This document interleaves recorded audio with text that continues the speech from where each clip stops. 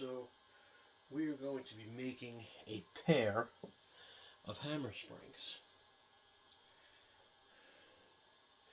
So these springs are exactly the same. There's a left and a right.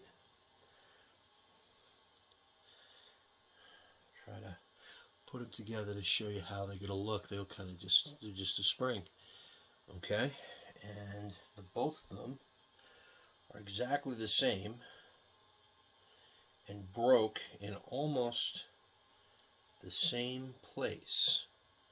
See how those are pretty much the same. Okay, so let's grab one and we're going to start making a spring. So first step to make a spring is 1095 steel. So I chose the 1095 only because that's what Amazon had, and I did a lot of research into making some springs. This is going to be my first attempt, so I'm going to make a bunch of them, and hopefully we'll get two that work. So it's a three-step process. So you take your 1095 steel, and there's specific spring steel. So I believe it's 1095, 1075, 15N20. Those kind of steels could be used for making knives and springs. They're a specific type of steel. So we're going to cut it, we're going to shape it, and then we're going to heat treat it. So this piece of steel has already been heat treated initially, called annealing. So what I've done to it is I've taken it up to the point where it's non-magnetic, probably a deep red, maybe a little bit brighter than just the deep red, until a magnet no longer sticks to it, and then I let it cool down to room temperature. And I did that once. Some websites say you do it 2-3 times. I'm not a metal worker. This is my first foray into doing this, so we'll see what happens. The metal is smooth, it's dense, and right now it's covered in my fingerprints and my oil from my hands. So what we're going to do is we're going to cut the strips to match this. We're going to fold these in half, shape them, and then we're going to temper them and then turn them into springs.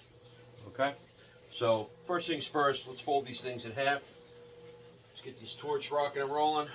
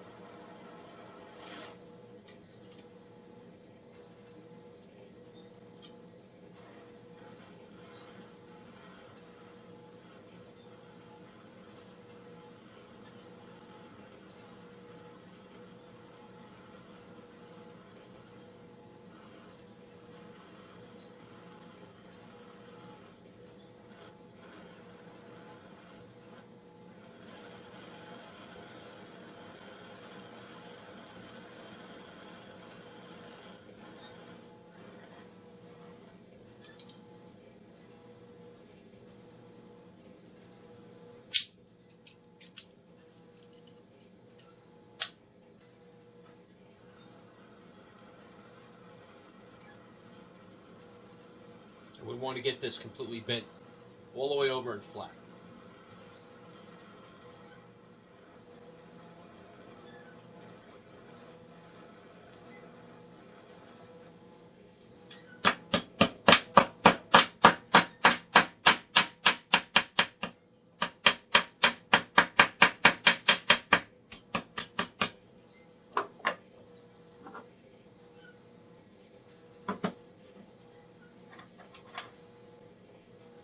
Now that is still almost red hot.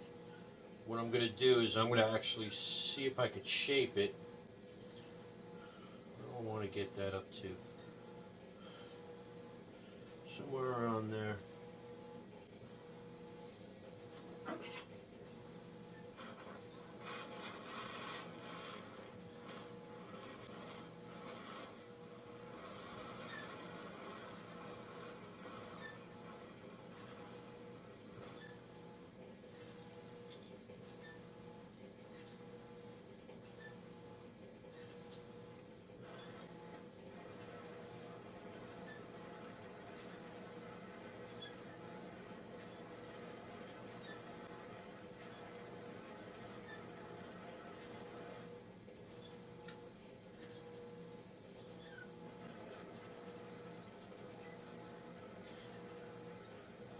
Now you see I'm trying to make that, I'm trying to make a shape like a semicircle. So I'm heating it on different areas to try to get it to get that curve out.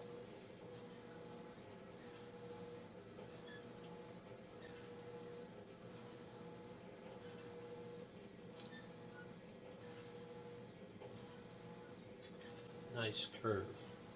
Let's see what we got here. If I can do this without sticking my head in there.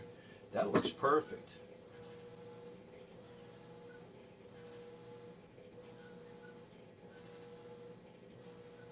That looks perfect.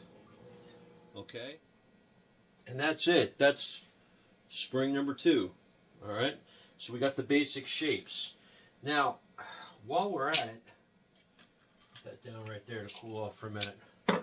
While we're at it, I have to make a top lever spring.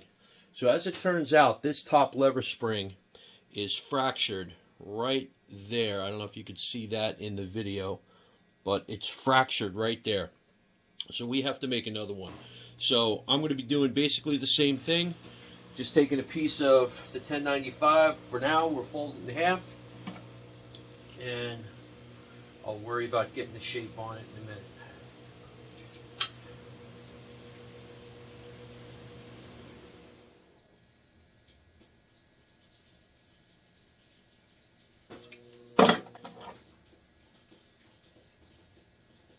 There we go. That's what I'm looking for. All right, and that is about the perfect bend that we want for the top lever spring. All right, so let's let all that steel cool off back down to room temperature, and we'll continue to shape, and we'll go from there.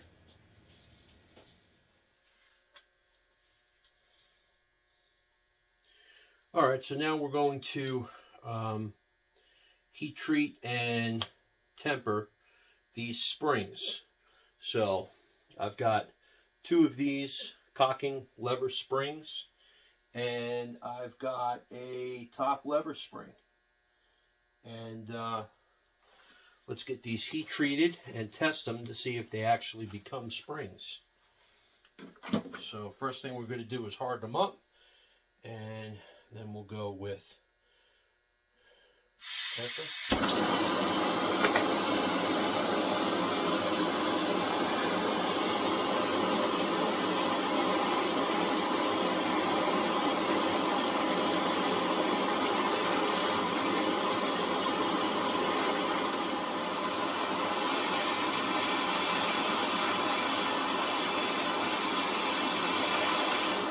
That base heated up. I think my pliers are soaking up some of the heat.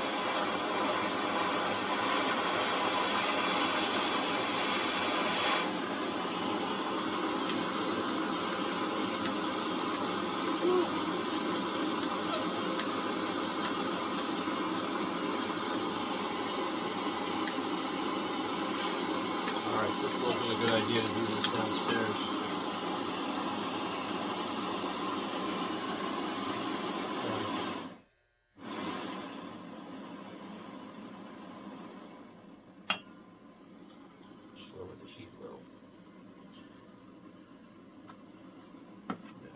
Got to varnish this off.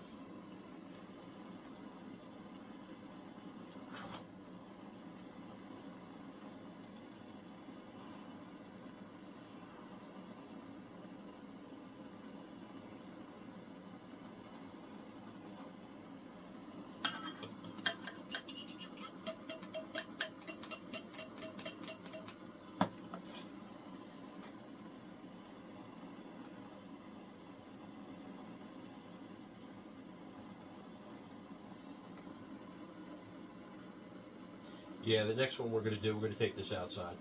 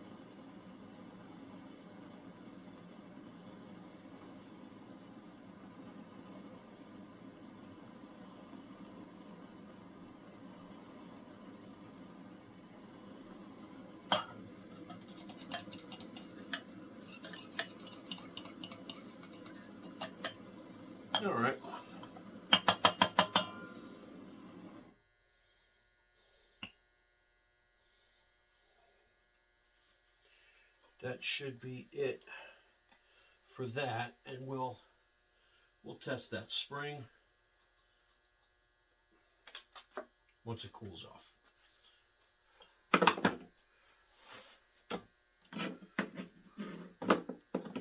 Yep. Pliers are still hot too. Throw them up there.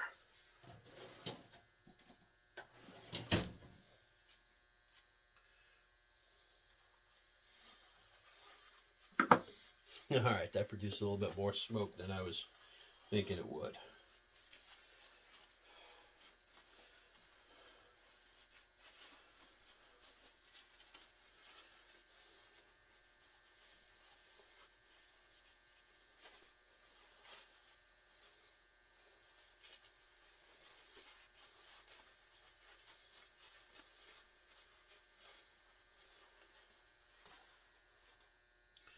All right. We'll let that cool off and we'll see if we have a spring.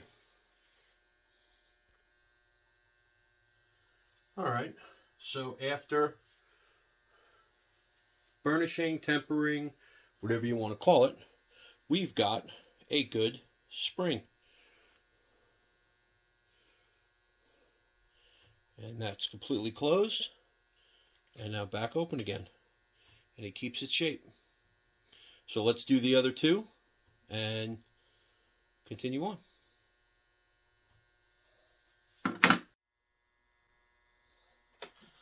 All right, so we are going to be bluing up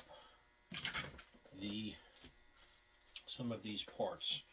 We're going to be doing the receiver block, the bottom of the trigger plate and the triggers, and some other odds and ends. So first things first, clean rubber gloves. All right, super easy operation. Want to clean up everything and get all of the handprints, oils, anything off this stuff. Now, I gave this stuff a cursory polish. So I started off with 220, I went to 320, and then I hit it with some emery. That's really all you need. You don't need to polish this stuff up for bluing, but there's tons of videos online about bluing techniques and all kinds of stuff that you can use to blue metal. So today we're going to be using Birchwood KC Super Blue. I've never used it before, so we'll figure out. It's supposed to be a pretty easy operation. So this is just isopropyl alcohol. So you want to wipe it on all the parts. The nice thing about the alcohol is it's going to remove all of your fingerprints and all of the oils, like I said, and it's going to dry pretty much very quickly. I mean, of course, I'm going to run another rag over these, but just make sure. See how the rag is coming off dirty? We're going to do that again to make sure that this comes clean. And we're not doing the whole thing. I'm just doing a couple of areas that are going to be visible. That's pretty much what you want. I mean, it's totally up to you.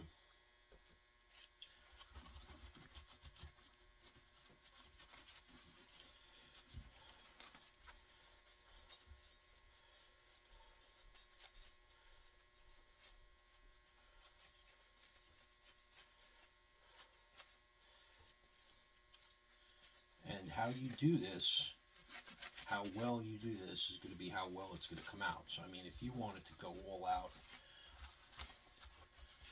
polish everything up, you know, you could do that, but I'm not going to. Okay, so there's that.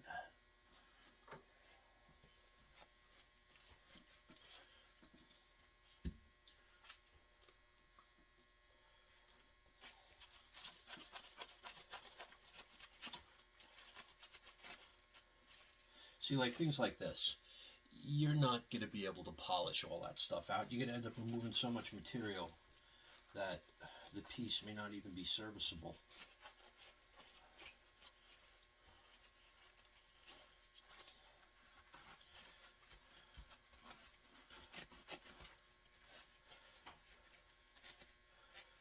See, for this trigger assembly, you want to make sure you just get under the triggers. We're only doing the one side. We're not doing the back side of that.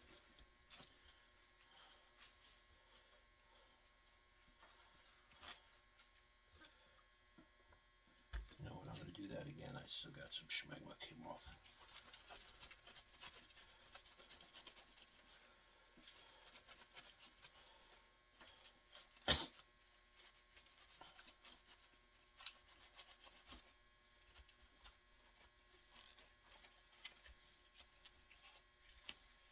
And of course, the whole idea with the rubber gloves, you know, you're using chemicals that could dry out your skin, damage your skin, plus also you don't want to reintroduce oil from your fingers back onto the piece of metal that you're about to work with.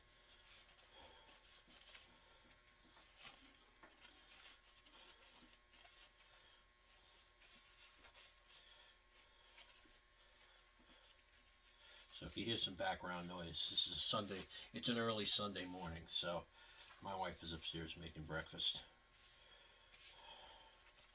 So if you hear her giggling in the background.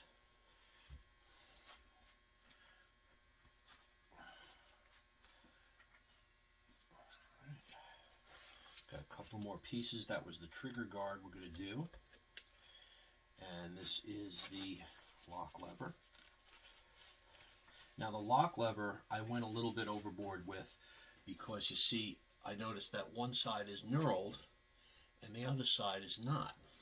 So I got in there with a sharp point, you know, a big pointy stick, and I got all the schmegma out of the inside of that knurling because I thought it would come out pretty good.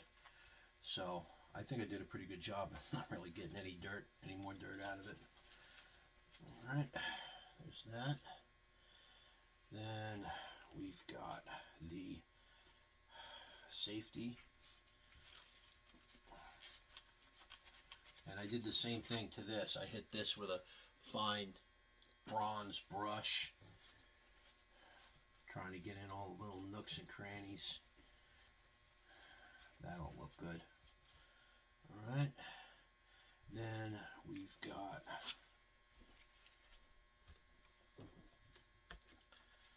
this is the cocking lever that's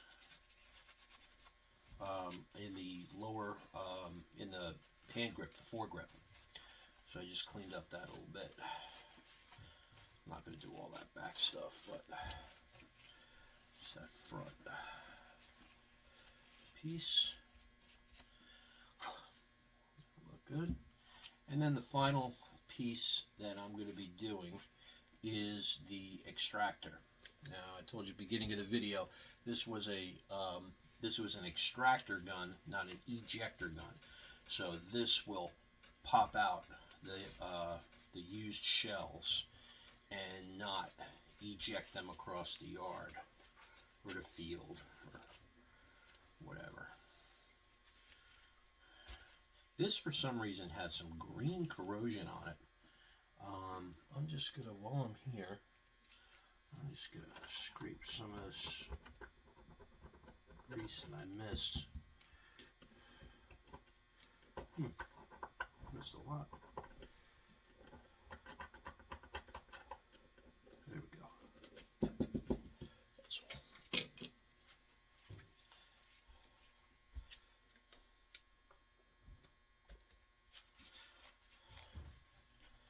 And that's it.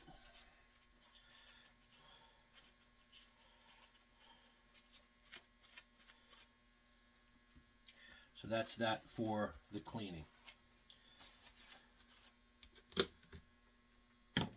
Now we're not doing the barrel today. The barrel is going to take some extra prep. I'm most likely going to have to stick the barrel in a sandblaster with some walnut shells.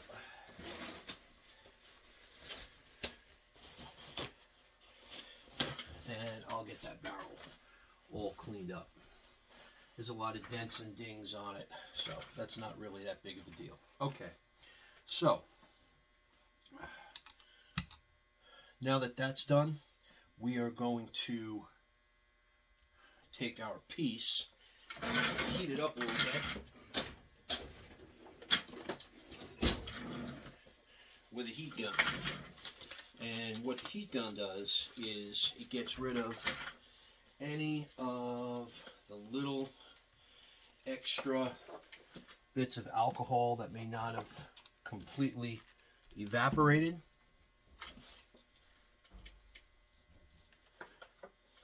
And it also makes the metal a little bit more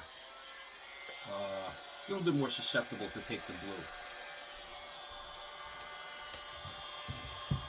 Just gotta heat it up just a little bit. I got my heat gun on low.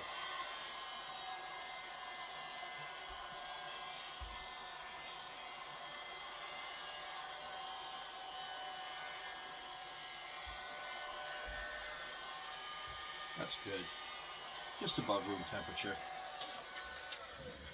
Okay, so we're going to put a little bit of the super glue. I have a little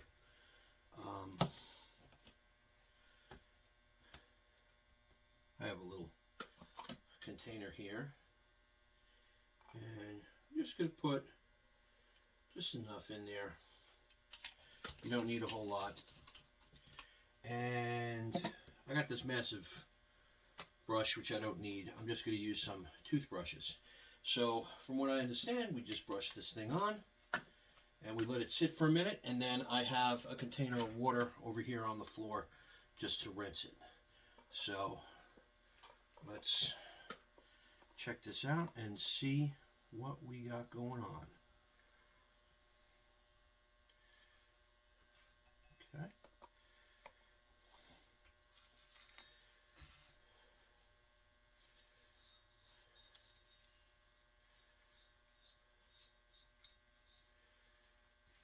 Alright, and that's changing color almost immediately.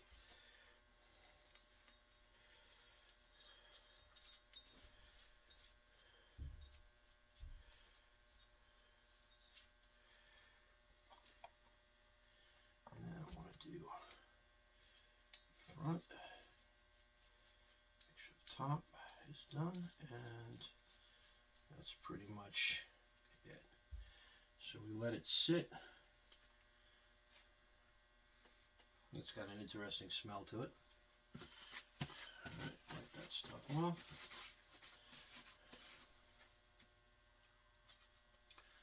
Let it sit for a minute.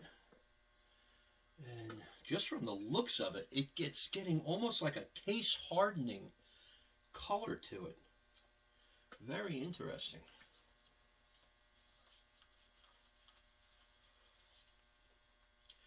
And no more than 30 seconds to a minute. You don't have to leave it on there for a long time.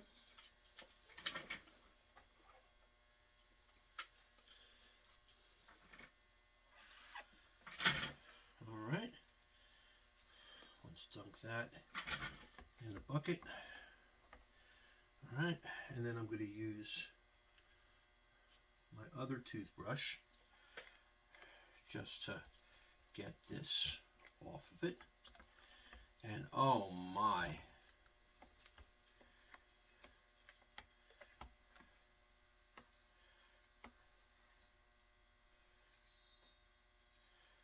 okay, I missed a couple of spots. Very interesting.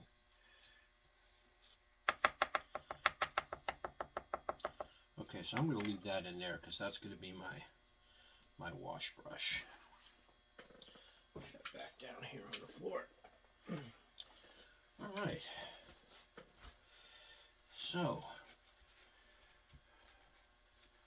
I definitely missed one or two spots. I missed a spot here, and I missed a spot back here. So let's hit this with the heat gun again, and let's give it another coat. But all told, look at that. It came out almost like a case hardened color. Very interesting.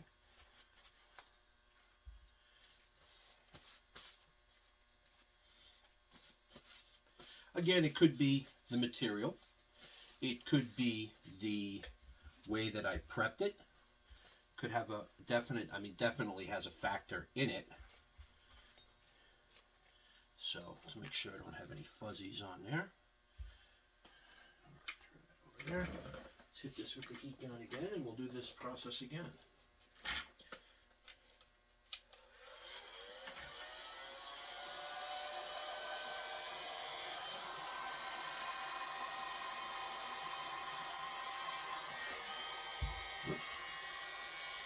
That's my absorbent towel. I just melted my absorbent towel.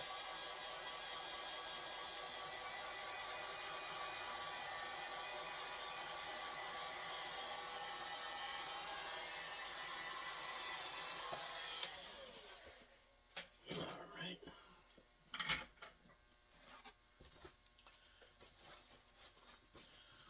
Time, make sure there's nothing there, and let's do this process again.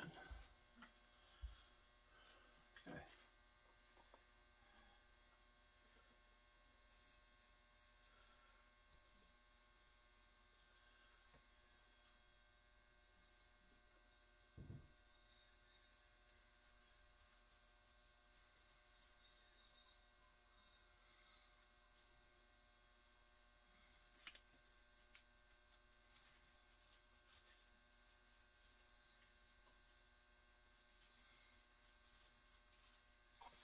And the one thing is you want to make sure you clean this toothbrush before you use it in your mouth again, okay? That was a joke. Please don't reuse toothbrushes you've got on. You're using for operations like this. I always have extra toothbrushes laying around just for stuff like this.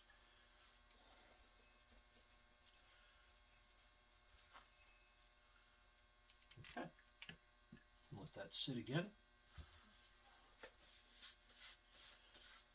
30 seconds to a minute.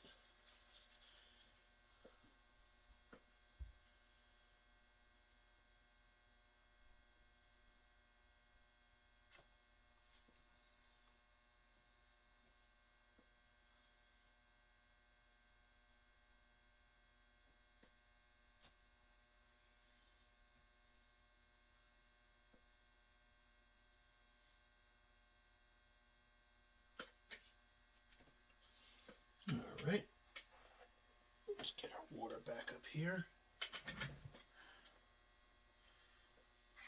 And in the dump tank she goes.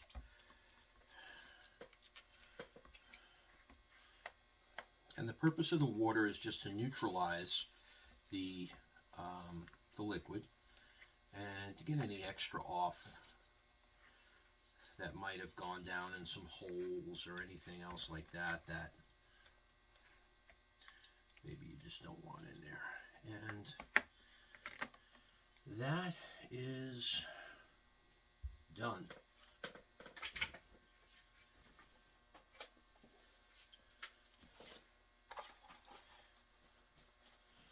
And that came out very cool. Very, very cool. Again, it has like a case hardened finish to it, which for a gun that was made in 1903, I think this is really neat. So what we're going to do is, once this is all done, this is going to have like a matte color to it. And what I'm going to do is I'm going to coat this with oil and let this sit overnight so that the metal soaks up the oil. And that will be the end of that. Just going to dry this off a little bit.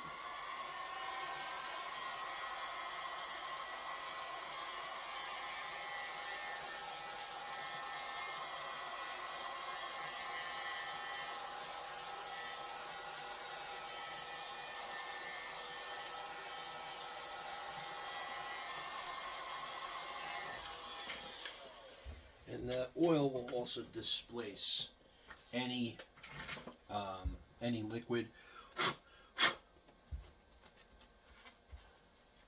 that's in there. That looks very cool. Very, very cool. Okay. So, we are going to oil these down. And in here, I've just got some straight 30 weight motor oil. And I'm just going to brush that on and let it soak in.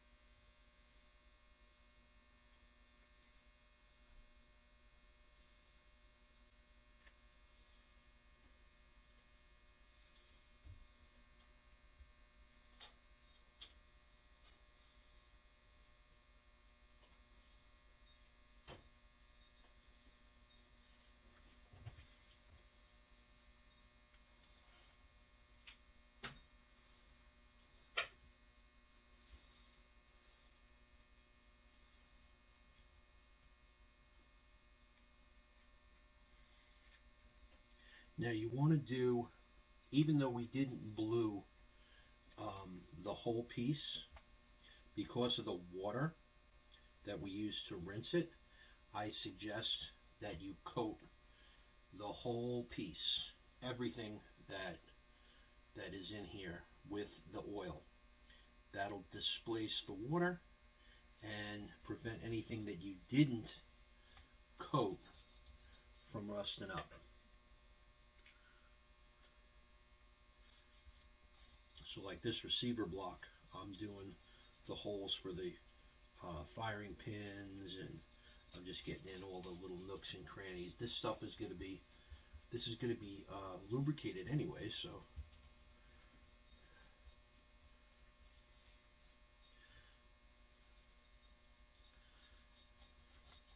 And with these older guns, you know, sometimes they're affected by an over lubrication, sometimes they're not, especially in this case where this gun was taken apart at some point, but this gun might not have been taken apart since the 1950s, or you know, who the hell knows when this gun was last serviced.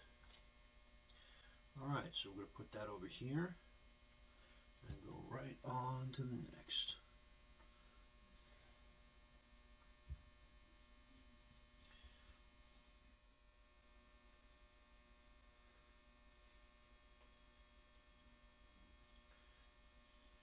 Alright, so what we're going to do is we're going to let this sit overnight and wipe everything down, and we'll take a look at how it came out. Alright, so I got the barrel cleaned. We've got that. The barrel, I cleaned it in a media blaster with walnuts. Got most of the rust and the grease and everything off it. Then I sanded the whole thing down with 220 and just hit it with the emery. And so now she's as smooth as she's going to get. There's a lot of damage to this barrel that came up. There's some weird marks over here that I'm going to check with the bore scope after this is all said and done. At least the gun will be cleaned up and look nice. I'm going to check it for functionality, but I'm having second thoughts on actually firing this. But we'll see what happens. It could be nothing. I'll see what it comes up with the bluing. And as long as I don't see anything inside the barrel when I run the bore scope through it, I'm going to consider this barrel good to go. So let's get it cleaned up with some alcohol and let's start the bluing process.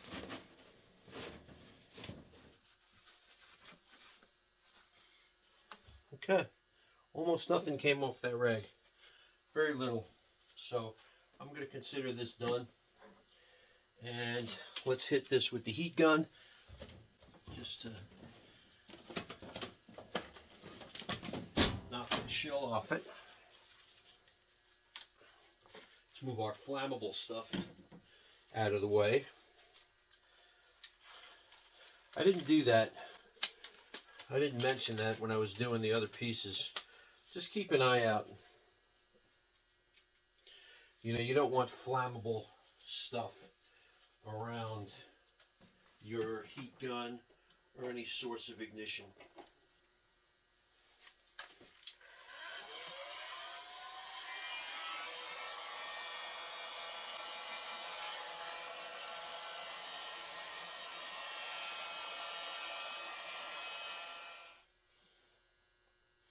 All right, so we're going to put the bluing solution on. We're going to let it sit for a few minutes, and then we're going to rinse it. I have a pail of warm water down here on the floor.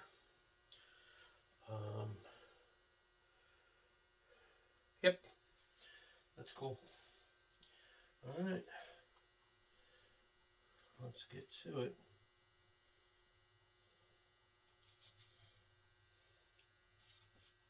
I'm going to hold it up like this. This way it can drip down.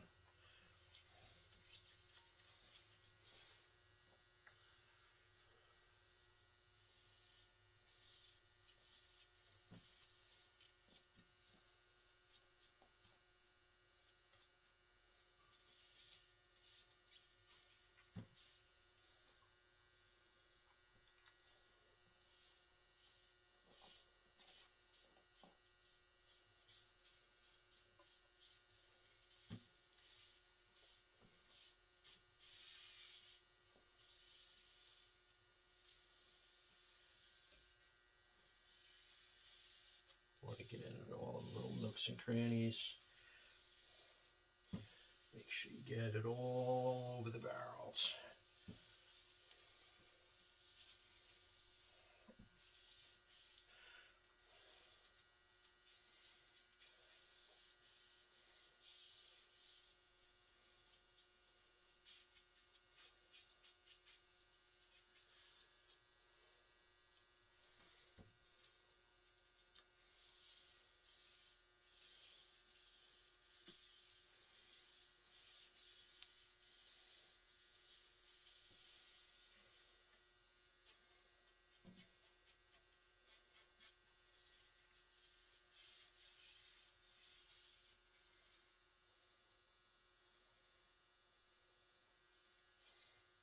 Okay.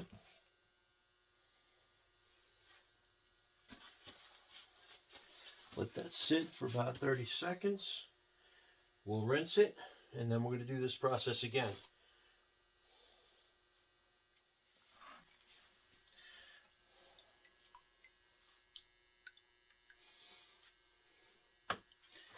All right.